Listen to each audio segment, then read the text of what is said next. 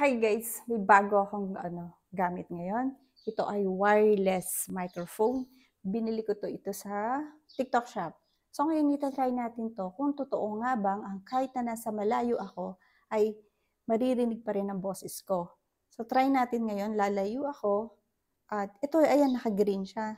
So ibig sabihin pag naka-green siya, wala kang maririnig na ingay. So ngayon may umiiyak na ibon doon sa labas.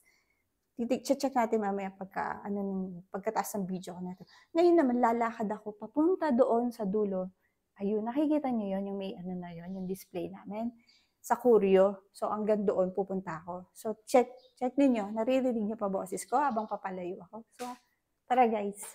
So ayan, sa TikTok shop ko 'to nakita, pinakita sa akin nung anak ko. So in-order niya ako or pina-order ko siya actually. So dalawang microphone ito.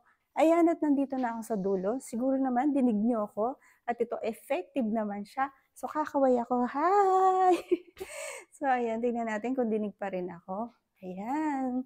Dati kasi 'pag nagvo-vlog ako maingay sa labas, merong narinig yung ibon, yung tahol ng aso. So ito, titignan natin kung talagang effective siya na wala kayong maririnig na ingay. Even yung mga ibon kapag nagvo-vlog ako, maririnig mo talaga. Nasasama ito sa mga vlog ko. So ngayon neto na guys, so i-try natin ngayon kung effective nga ba na abot hanggang sa dulo yung aking boses at malinaw pa rin ang aking pagsasalita. So check natin guys.